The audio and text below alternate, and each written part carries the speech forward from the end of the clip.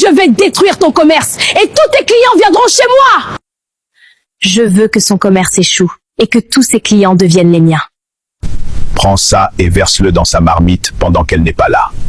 Prenez votre popcorn et laissez-moi vous raconter comment cette histoire a commencé. Rien au monde n'égalait le goût du riz gras de Tanti Propre. Son plat était réputé pour être savoureux, parfumé et incroyablement appétissant. On disait souvent que quiconque n'avait jamais mangé son riz gras ne savait pas ce qu'était le vrai riz gras. Le riz était d'un rouge éclatant, parfaitement cuit, généreusement décoré de carottes et de haricots verts. Son parfum était si puissant qu'il pouvait arrêter les passants en pleine marche. Et une fois qu'on y avait goûté, il devenait impossible de l'oublier.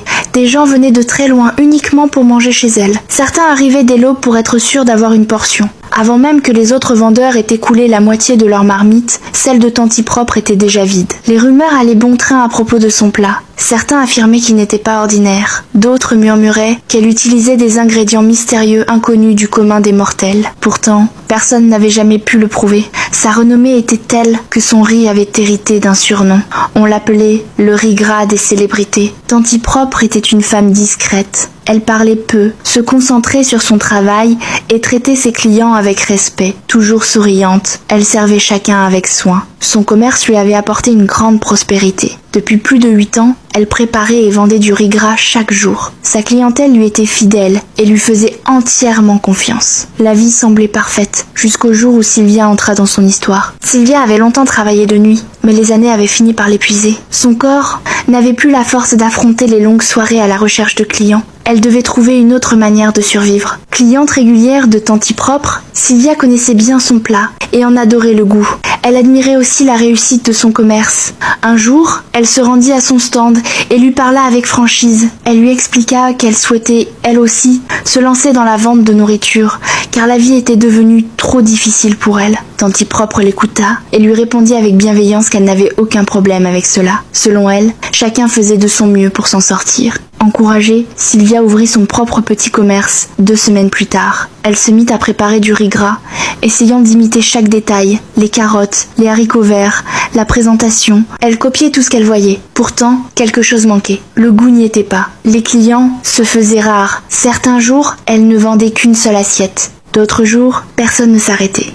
Sylvia passait ses journées assise dans son échoppe, observant les passants qui ignoraient son stand pour se diriger directement vers celui de Tanti Propre. Un soir, seule avec ses pensées, elle se mit à réfléchir. Comment pouvait-elle faire exactement le même métier, cuisiner le même plat et obtenir des résultats si différents? Tandis que son commerce stagnait, les gens continuaient de parcourir de longues distances pour manger chez Tanti Propre. Sylvia en vint à une conclusion troublante. Ce riz n'était pas ordinaire. Elle devait découvrir ce que Tanti Propre y mettait réellement. C'est à ce moment-là qu'elle prit une décision qui allait tout bouleverser. Sylvia se mit à observer Tanti Propre attentivement. Chacun de ses gestes, chacun de ses déplacements l'intéressait. La nuit, lorsque le quartier s'endormait et que tout devenait silencieux, Sylvia se cachait près de la maison de Tanti Propre, dissimulée dans l'ombre. Elle était convaincue que le secret finirait par se révéler. Un rituel étrange, des paroles murmurées, un geste mystérieux, mais rien de tout cela ne se produisit. Nuit après nuit,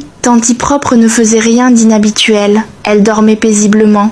Il n'y avait ni secret visible, ni rituel obscur, ni comportement étrange. Après de nombreux jours d'observation, Sylvia finit par perdre patience. Elle se dit qu'elle avait suffisamment observé.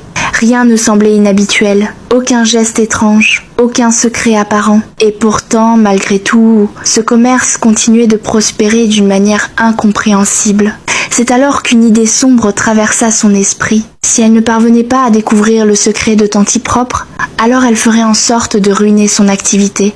Après tout, pensa-t-elle, elle ne pouvait pas être la seule à réussir. Un matin, Tanti Propre cuisinait comme à son habitude. Une grande marmite de riz gras chauffait sur le feu et son parfum se répandait déjà dans l'air. À un moment, elle entra dans sa boutique pour aller chercher de l'eau afin d'en ajouter à la cuisson.